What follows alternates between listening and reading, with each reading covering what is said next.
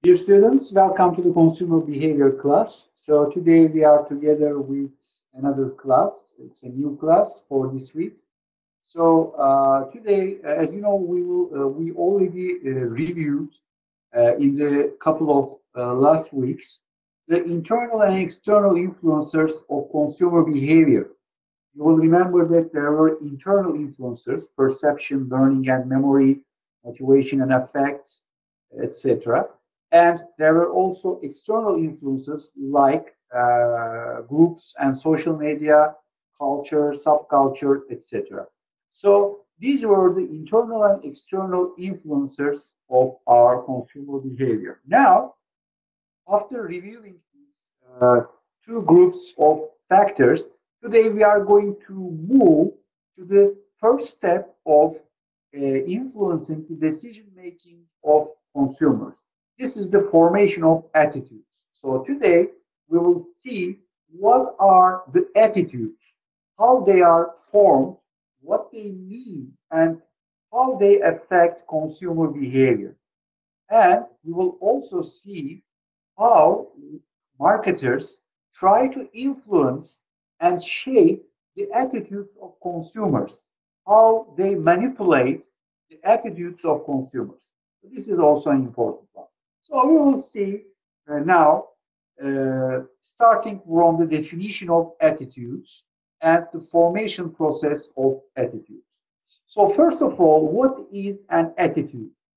So an attitude can be described as a lasting, long-lasting evaluation of some objects like people, products, services, brands, advertisements, etc. So when we have a long-lasting evaluation of these objects, this is our attitude, our opinions, feelings about some objects. The object which is subject to the evaluation is called the attitude object. So we are talking about the attitude object. So advertisement, products, companies, brands, other people, our colleagues, friends, family members, if we create some attitude towards them, these people or these objects are called attitude objects. So consumers generally can create attitudes toward products, services, companies, brands, retailers, stores, advertisements, etc. So generally, the attitudes that we form, they also the main source of our preferences, what we buy, what we use, and how we dispose. So they are the power behind our decisions about products and services. This is why functional theory of attitudes explains that attitudes are useful for people because they serve some function. They facilitate the decision making. They are shortcuts to make decisions because we have already formed attitude about something and we decide to do something about that. So this is the attitude. It's a long-lasting general evaluation of attitude objects. Okay? Now, every attitude actually has three levels. It can affect us in three levels. The first level is that it can affect our cognition, which means that our beliefs about an object, our beliefs about a person, a brand, a company, a product, a service, an advertisement, etc. So the first level is the cognition. What does it mean? Our thoughts about the attitude object. The second level is the affect, our emotions and feelings about the attitude object. How I feel about that product, that brand, that company, that store, that person, etc. And finally, the third level of the attitude is the behavior. The behavior is the let's say the action part of the attitude. So the behavior is the result of the attitude. Okay, so it includes our intentions to make something, intentions to act or not act, intention to buy or not to buy. This is the behavioral dimension of the attitude, and it is the let's say, ultimate end of the attitude. Attitude results in behavior. So this is what we have. So we have three levels of in the three levels, and these levels are cognition, affect, emotions, and behavior. Now, when we talk about the Subaru, for example, in Subaru case, I remember that Subaru made a research, and many consumers, most of the consumers were aware about the Subaru brand, but their attitude towards Subaru brand was neutral, not negative, not positive. On the other hand, those people who already buy Subaru, they like too much their brands. So they have very positive attitude, feelings, and also opinions about Subaru brand. What Subaru thought about this, that Subaru tried to transform this neutral attitude of non-users to a positive attitude. In order to do that, they just try to send three types of messages, which are directed to the first to the mind, second to the heart, and thirdly to the wallet of the customers, consumers, prospect consumers. So what they did, they first tried to convince the consumers that Subaru has a high performance, good quality driving machine, okay, car. So this was the first message, and it tried to create the positive attitude by influencing the cognition. The second one was the affect side. What they did, they tried to, let's say, uh, influence the emotions of prospect consumers, and they showed them how existing consumers love their Subaru cars. So they tried to affect emotionally. And finally, they tried to touch to the wallet economically to the consumers. And in their messages, in their marketing communication, they tried to convince the customers that it's an economic car. There's a price and value are really fair, and it's an economic car. So they tried to convince the customers to make an intention to buy this car. They tried to influence attitude in the behavioral dimension. So this is how attitude is formed: cognition, affect, and behavior. It is the result of these three components. It is the result of the interaction between these three components. This is very important. Now, most of the researchers are always uh, thinking about how attitudes are formed, in which hierarchy: cognition, feeling, or behavior, which comes first. So naturally, you will think that first cognition will come, then affection will exist, and then finally behavior uh, will be uh, will be executed. So yes, normally this is a regular sequence, but there are also other ways. This is called the hierarchy of effects. So according to the researchers, attitudes are formed as a result of the interaction between like our thoughts, feelings, and behavior. So there are three different hierarchies that explain the formation of the attitudes: the high involvement hierarchy, the low involvement hierarchy, and the experiential hierarchy. So let's see what are these hierarchies. First, the high involvement hierarchy. So according to the high involvement hierarchy, the formation of attitudes is explained based on the cognitive information processing, which means that people are trying to solve the problems in their product decisions. So a high involvement hierarchy approaches to the attitude formation from the problem solving process perspective. And according to this hierarchy, every product decision is a problem solving process. So in this case, a high involvement situation occurs, which means that we are very careful about our decision. We focus on the details of our decision because it is risky. It includes a high payment, maybe. There is a substantial risk of uh, loss if we make a wrong purchasing decision. In these cases, generally, we try to, let's say, we try to get as much as information, and as a result of this information and our evaluation, our emotions are created against this object, attitude object. Our beliefs are emerged as a result of this knowledge, and based on our beliefs and emotions, we evolve into several behaviors, and our attitudes are formed. This is the high involvement route. And there's also low involvement hierarchy. Low involvement hierarchy, the approach of this hierarchy is that consumers generally, initially, or do not have a strong preferences between the brands.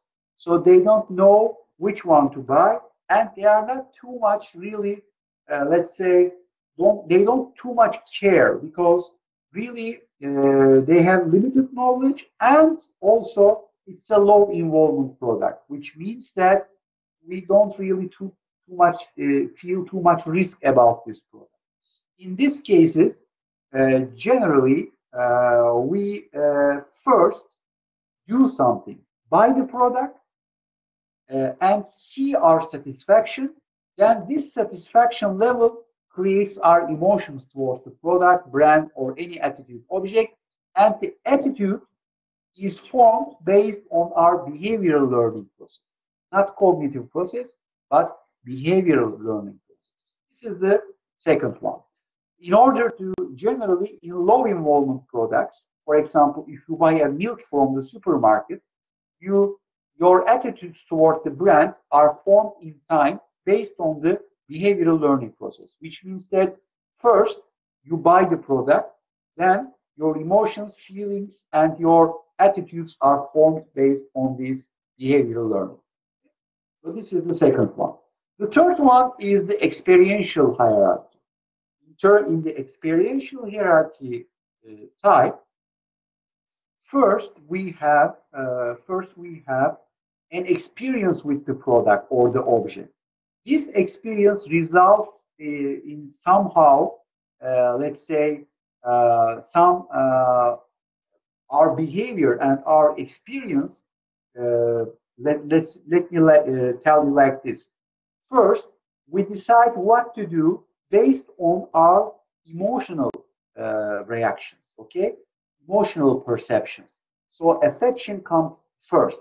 For example, we just decide what to do based on the product package, the design of the package, the color of the package, or the design of the product, let's say visual aesthetics of the style of the product.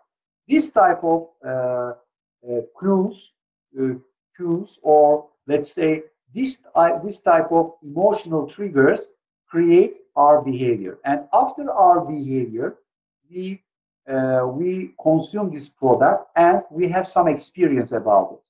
And then our cognition starts to be formed, which means we start to think about, we evaluate the product cognitively. Our opinions are formed based on the hedonic consumption, emotional consumption. And then our attitudes are formed. This is the third step of forming the attitudes. Now, of course, whatever is the formation way, our attitudes look for a harmony, an equilibrium between thoughts, feelings, and our behaviors. So we always try to balance them. We want to think what we do. We want to think in parallel what we do, or we want to do in parallel what we think and feel. We don't want any contradictions between what we think, what we do, and what we feel. If there are some contradictions, we take some actions to resolve this contradiction, to correct this contradiction, to eliminate this contradiction. This is very important. According to the cognitive dissonance theory, when a consumer or person is confronted with this contradictory inconsistencies between the thoughts and behavior, then this person tries to resolve, correct this inconsistency. I will give you an example from the marketing side. Marketers know this cognitive dissonance case and they try to resolve the issue. How they try to resolve this cognitive dissonance issue? First of all, they start to, when a customer makes a purchase, for example, you are buying a TV, but buying a TV set is a high involvement situation and a complex buying situation. You need to compare the prices, the features, because it's an important decision. You will pay a lot of money for it. Okay? So once you buy this, consumers generally feel some cognitive dissonance about their decisions. Did I make the right decision or not, etc. So this is very important. In these cases, marketers know that if cognitive dissonance continues, people, consumers, they have the risk of giving back the product because they are not sure. Why this happens? Because their behavior of purchasing contradicts with their post-purchase opinions. Did I make a mistake, for example? So there are some doubts about the right decision. So there's a contradiction between thoughts and behavior. This is the cognitive dissonance case. In order to eliminate this cognitive dissonance, they try to convince the customer that they made the right choice even after the purchase. So they communicate with the customer that you made a great choice. It was the best product in the market. Thank you very much for your best choice. So it tries to eliminate this cognitive dissonance. So this is very important. Consistency principle is important, and our attitudes require to be consistent, require consistency between our thoughts, feelings, and our behavior. Now, how these attitudes are formed? There are several theories which explain how our attitudes form and shaped. So there's a self-perception theory, social judgment theory, and the balance theory. Now, what self-perception theory involves? This theory, self-perception theory, involves that we want to have positive attitudes toward the objects that we prefer. So if I buy something, I need to have a positive attitude towards that one. Otherwise, there will be inconsistency in my attitude formation.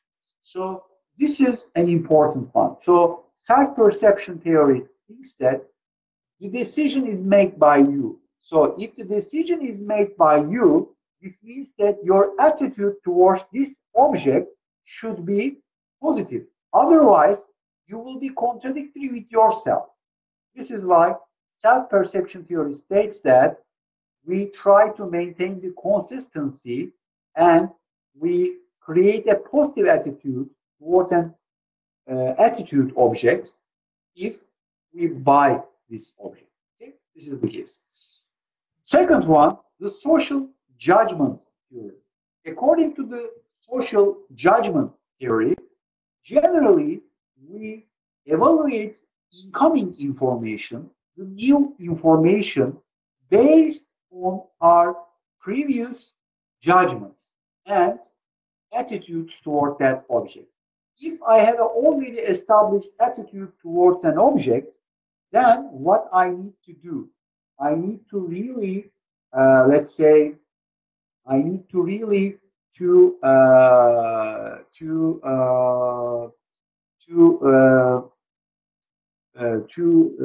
evaluate this new information based on the attitude which is formed previously. So it acts like a frame of reference. okay, for me.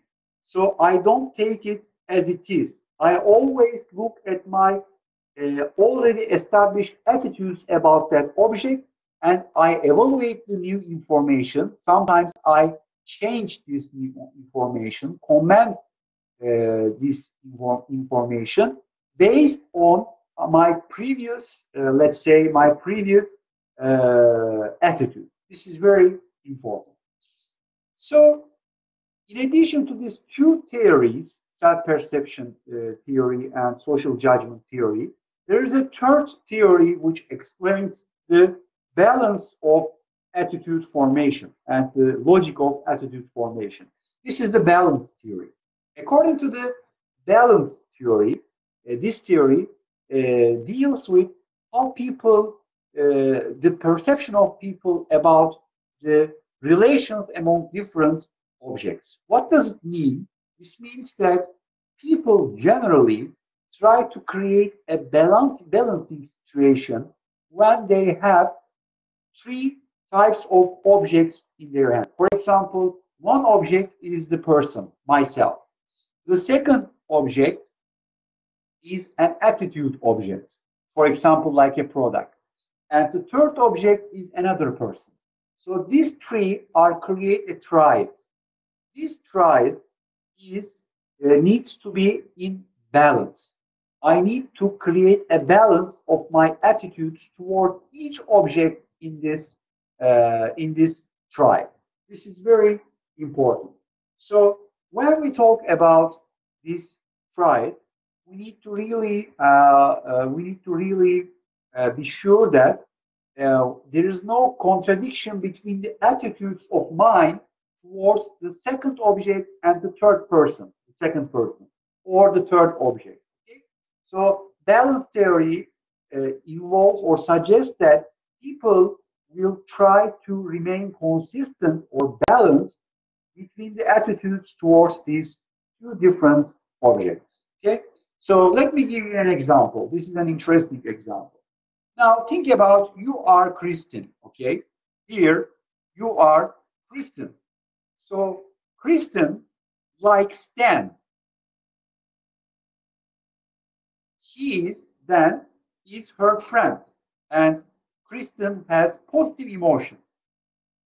Dan wears an earring, So Dan uses earring, wears an earring, and Kristen hates men wearing earring.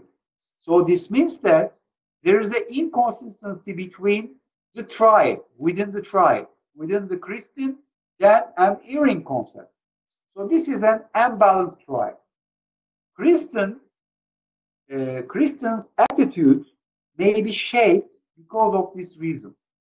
Kristen needs to resolve because Kristen doesn't feel consistent about the attitude toward Dan and earring. So what are the options? On time, Kristen may create some dislike about Dan because Kristen hates men wearing earrings, using earrings. Okay? Otherwise, Kristen may shape her attitude and may start to like men who uses earrings. Okay? So then Kristen's attitude is shaped in a positive way towards the earring usage of men. In this case, in the first case, Kristen's attitude towards earring stays the same, but Kristen's attitude towards Dan is shaped to negative. And finally, Kristen may think that Dan really uses this earring because of some must conditions. Maybe he's a fashion guy and he needs to look like that, but he doesn't like really. And Dan tells this to Kristen. And in this case, Kristen is keeps liking Dan as a positive attitude, but still hates earring. But there is no problem because she knows that Dan does not like earring, but he is doing because of the job issue. So as you see, as a result, Kristen needs to solve the the inequality and balanced thrive. This is the balance theory, which explains how our attitudes are formed and shaped in case of the existing of two uh, attitude objects and in the formation of the tribe. Okay, this is very important. Now, we have many attitude models which explain how our attitudes are formed. One of them is the multi-attribute attitude models. So, according to these multi-attribute attitude models, people generally create their attitudes based on the multiple attitudes, the evaluation of multiple attitudes. So, these attributes generally are the important things for the consumer to take into consideration when we consider a purchase. Okay, so if we are talking about a product, for example, multi-attribute attitude models explain that we, in our hand, cognitively make a calculation like a quantitative model, and we first define what are the important criteria that we should look for creating attitude towards this product, about our decision about this product. Then we need to rate each attribute based on this importance criteria. Okay? So, and these importance criteria should have also weights in the overall decision making. So overall, what we do, first, we define some criteria which will be useful for us in decision making.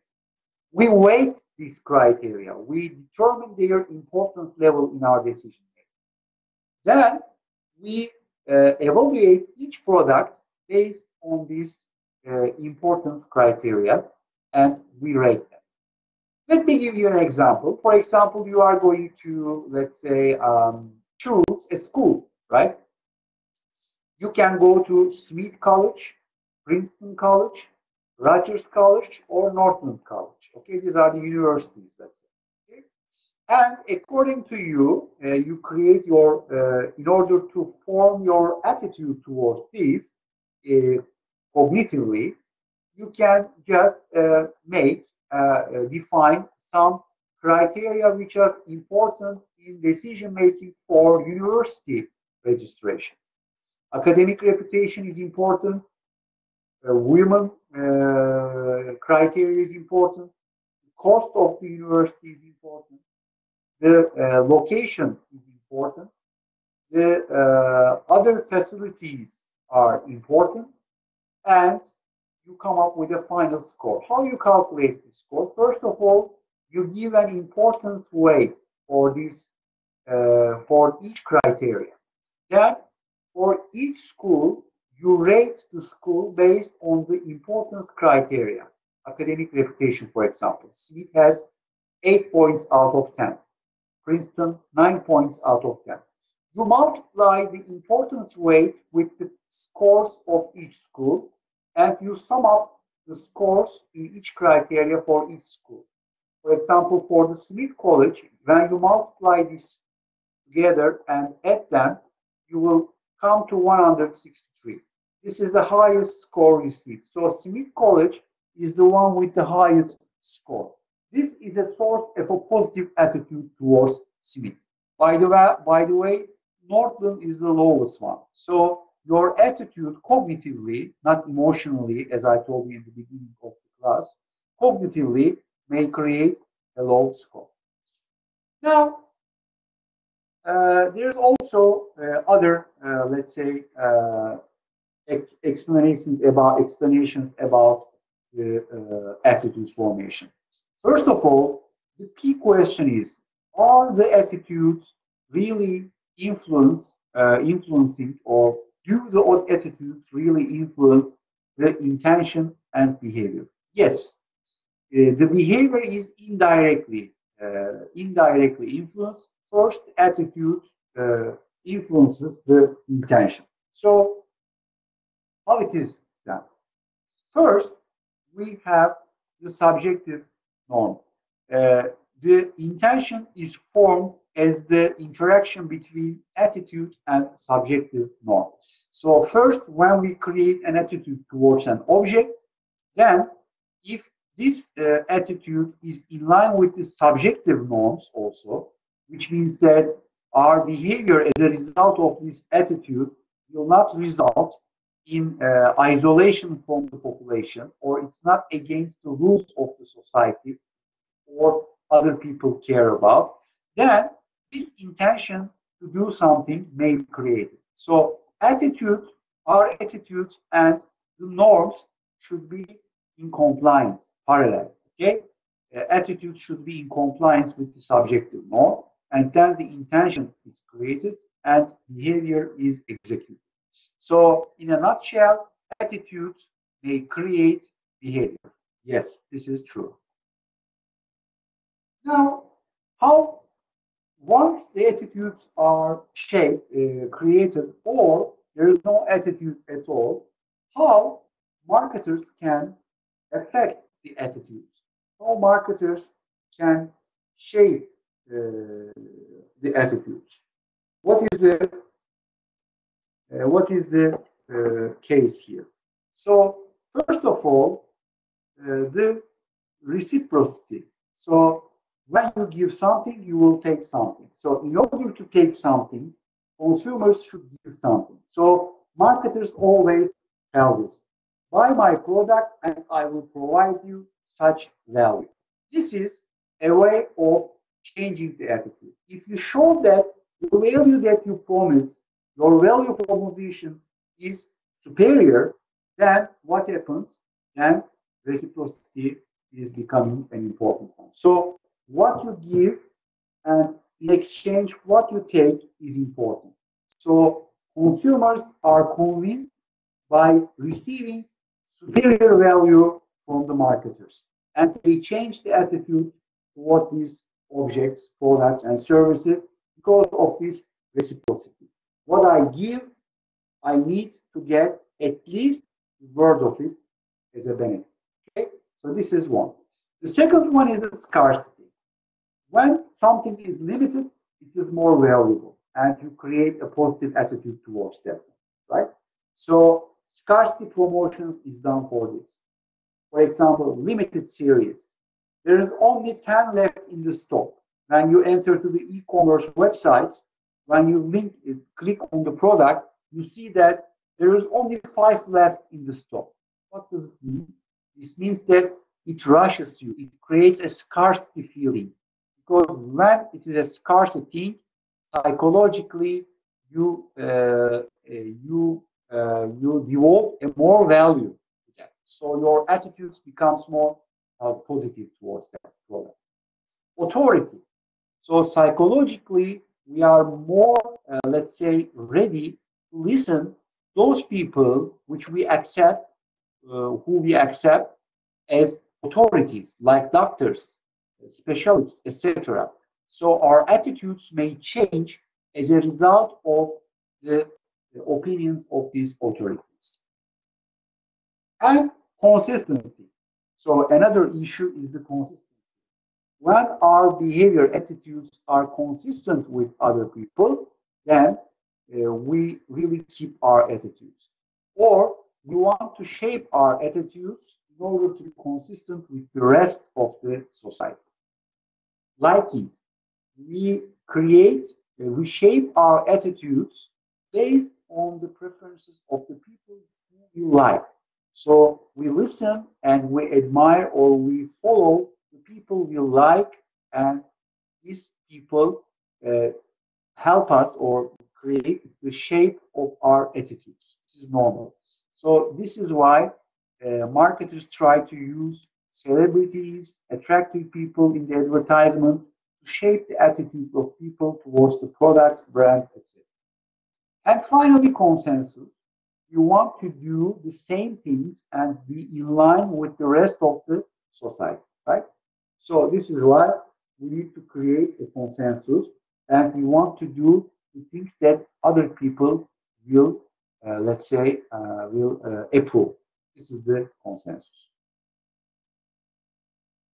Now, of course, marketers try to some tactics to shape the, let's say, to shape the attitudes of people.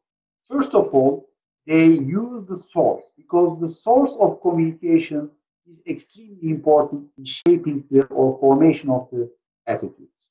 The second one, the message content is very important. So advertisers also play with the message content to manipulate, shape, or form the attitudes. So let's start from, let's say, from the source side. Okay. So in the source, first of all, what is the source? The source is the person or object who communicates the message to us, who talks about the message. Okay, this is the sender of the uh, this is the sender of the message, actually, the communicator of the message. Okay, delivery guy or girl of the message. So why the source is important? The source is important because generally it can have a very big impact because of the influence the source has on the person. This is why the source's credibility and attractivity is very important and influential on consumer attitude formation or shaping these attitudes. This is very important. This is why what we need to do is, let's say, we need to take care of the credibility of the source. Previous research tells us that, shows us that, or proves us that those credible sources are very effective in shaping consumer attitudes and decision making. So, what is the credibility? Credibility is the function of expertise, objectivity, and trustworthiness. Some sources may be experts, like doctors, like specialists, like handymen. You see them in the advertisements. A doctor shows a toothpaste and recommends that toothpaste. So the source is the doctor, and he is or she is a credible. Okay, this is the expertise. Objectivity. In terms of objectivity and trustworthiness, the people who deliver the message should be trustworthy and perceived as objective. This is also very important. All of them, expertise, objectivity, or trustworthiness, form the source's credibility.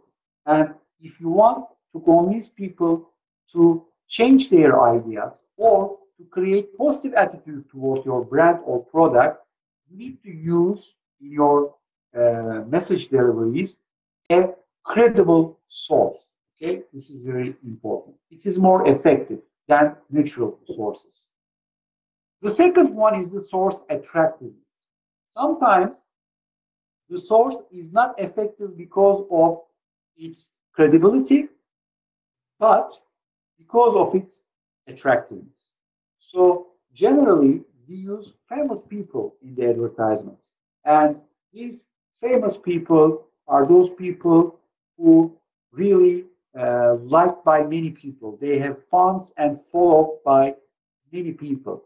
So by using these people in their advertisements, companies and brands try to create a bridge between the consumer, celebrity, and the brand. So the brand is the celebrity is the transmitter, transmits the message by imposing into the message some image, celebrity image characteristics, and people who like this celebrity, they also associate this product with this celebrity and they start to like the product also as they like the celebrity. This is the main idea of formation or shaping the attitudes. So in the source side, we can also use attractive sources to make people attracted to the product by using these celebrities. Okay? Now, In addition to the source, marketers also may play with the message content. What type of things we can do? For example, when to use the verbs and pictures or pictures. So words are important when you try to explain a functional product, features of it. If the performance of the product and features of the product are important, you need to really, let's say, you need to really use product features and words to explain your product. On the other hand, the experiential products or the products which generally are chosen because of the emotional effects, emotional triggers they create, you need to really use visual and picture type of content in the message. Generally, words or text type or words, non-graphical presentations are forgetting very quick. This is why you need to repeat your message several times if you communicate your message with word-intensive content. So in these cases, you have to repeat your message to make sure that this words or verbal information or text information is in the memory of consumers. On the other hand, if these verbal elements are also supported with some graphical presentations, then of course it is more effective in terms of, let's say, in terms of memory performance. So people remember this type. Infographics is a good tool to explain your product, or because infographics are creating really important effects in the memory. They are really long-standing in the memory because of the combination between pictures and words. So there is no definite decision about or preference about using word or picture. It depends on the context and situation and the product type, of course. If your product is a utilitarian product, you have to use, you have to explain functional benefits, and words and text and voice is better. But on the other hand, if you use some, let's say, if you have an experiential product and you trigger emotions to affect people, more visual presentation is better in the messages. So, what about the repetition? Do we need to repeat the product or not? So, this is also another case. So, for example, of course, we need to repeat the message because people, when they see one time, it is very difficult to remember it. So in order to increase the rememberability and memory performance, we need to really repeat the message. But how much? There is no how many times. There is no any definite, let's say, measure of it. But 3 to 5 repetitions are enough for most of the exposure. So if the customer is exposed 3 to 5 times to an advertisement, I believe this is the optimum times, and it will create the optimum effect in memory. But if you keep showing the same advertising more and more, it will lose its effectiveness because it will be filtered out because it will be habitual. There is nothing new, and people will remember from the perceptions and attention. People will start to not see or hear it because it becomes a habitual or usual bit. Okay, it is not. You remember the absolute threshold and differential threshold. So if you're not above this threshold, then you will be not noticed. And if the same advertisement is repeated over and over again, it loses its marginal, let's say, marginal effect, and then people start to skip this advertisement. They filter it out, and you cannot reach to your consumer. So this is why you have to plan the optimum exposure for your customer, and you should not repeat too much your advertising. This is also waste of money. So what about the structure of the messages? Generally, when we make a advertisement message content, what we take care actually, we try to let's say put the positive things, a lot of positive features, how we are unique, how we are differentiated from our custom competitors, and why they should choose us, right? So this is okay, but generally, in order to create a more sincere environment, you can also put some negative information in your advertisement. This might be strange for you, but generally research shows that if you also make a, let's say, sincere confessions about the standard features of your product, not superior features, then it is perceived by consumer as a more sincere and non-commercial message, and it is more effective. This is why some companies try to send a two-sided message. For example, Avis, for a long time, they were advertised themselves as being number two. So in this type of message, the negative information was that we are number two. So you are not saying number one, right? So Avis, the car rental company, Avis, who was coming behind Hertz, what they did, we are number two, they say. So this is a negative information. So people say, this is not number two. So I need to work with number one. I need to rent from number one, right? No. Sincerely, they said, we are number two. But we are trying harder. We are trying hard. The second message was, we try hard.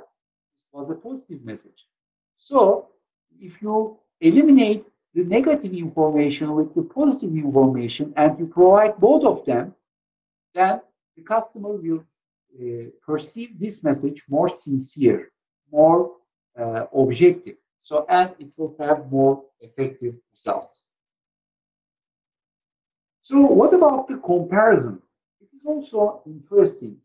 Do we need to compare the results? So, first of all, yes, a comparison may work. We see in the advertisements, right? People compare the detergent brands in the advertisements. In Europe and United States,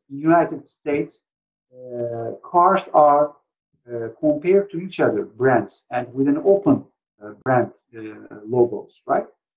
But generally, you can really use comparative advertising, and if you can really prove that you are superior in product, etc., it's a good tool and it will increase effectiveness.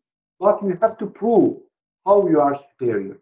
And if you try to manipulate consumer attitudes by just, let's say, giving bad messages about your competitor, this is not fair, and believe me, it will not work, and people will react negatively for this approach.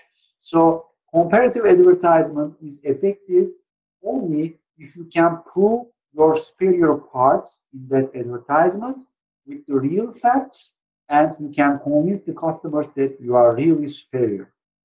And you have to be ethical in your language. It is very important. So in these cases, comparative advertisement is a good thing. Also, generally, the advertisers or marketers try to use some appeals in the messages. The format of the message. There are some emotional versus rational formats. So when we use emotional format, if our product is targets to the consumption of our product targets to emotional satisfaction, like hedonic products, then we can use emotional appeal in our message. So we can try to trigger emotions as a result of this advertisement and the message. Or we can use rational message. What is the rational message? The rational message is where we try to convince the customer on the superiority of the product based on the product features, functionality, etc. So we can use this appeal, rational appeal, if our product tries to satisfy is a utilitarian product based on some function, so based on some utilitarian benefits.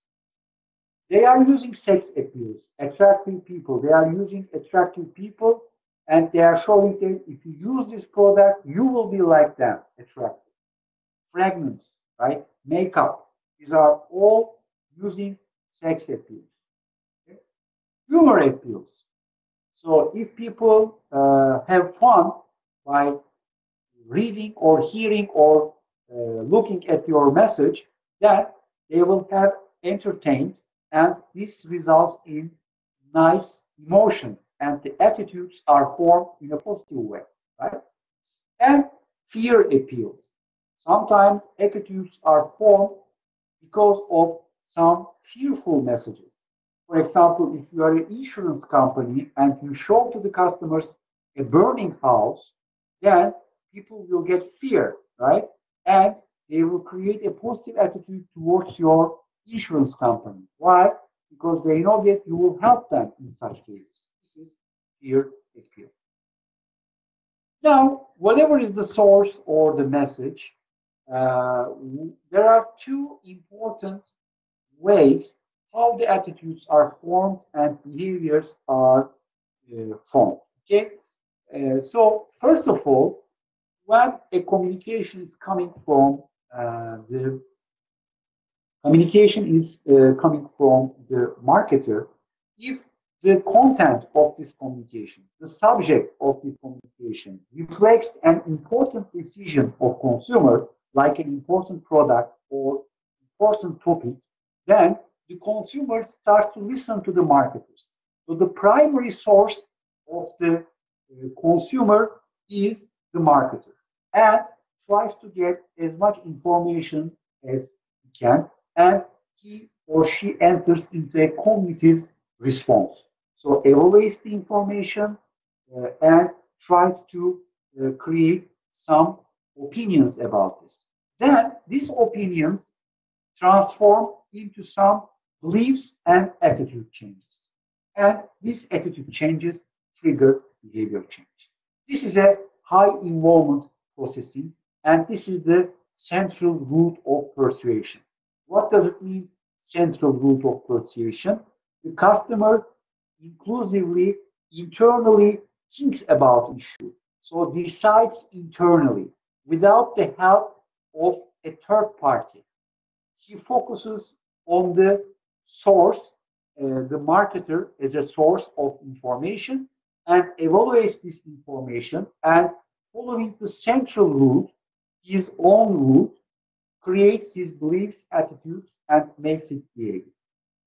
On the other hand, when the information of the marketer is not so important for the customer, this is true in low involvement products, the customer uses or follows the peripheral route.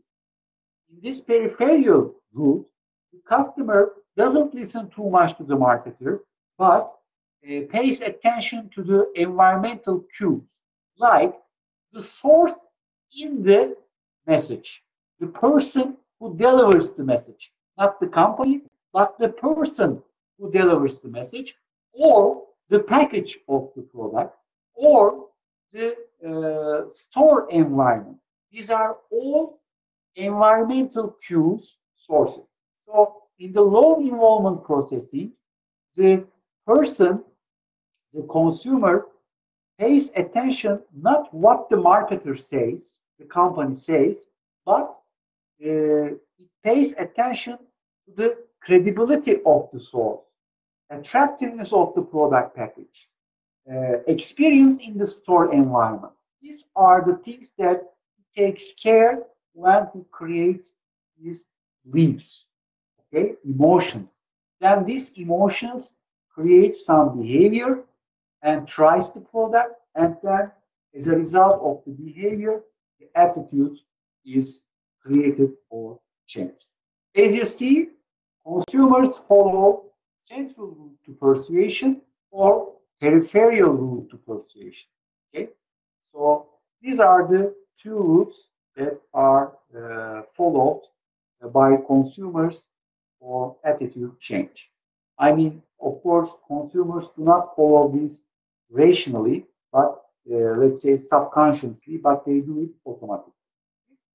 So this is all for this week, dear friends. So this week we started our class at 11:40, as you know. So 20 minutes earlier, as I announced, and we finished our class with the explanation and understanding of attitude formation and the models of attitude and how attitudes are shaped by marketers. These were the main topics. Do you have any questions?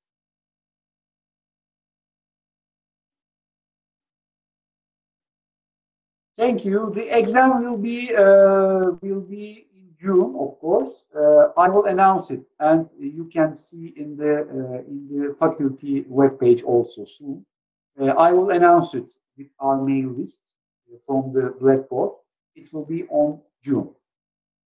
June, in the beginning of June, we will see. Thank you, dear students. Thank you very much, and see you soon next week in our class. Thank you. See you. Bye bye.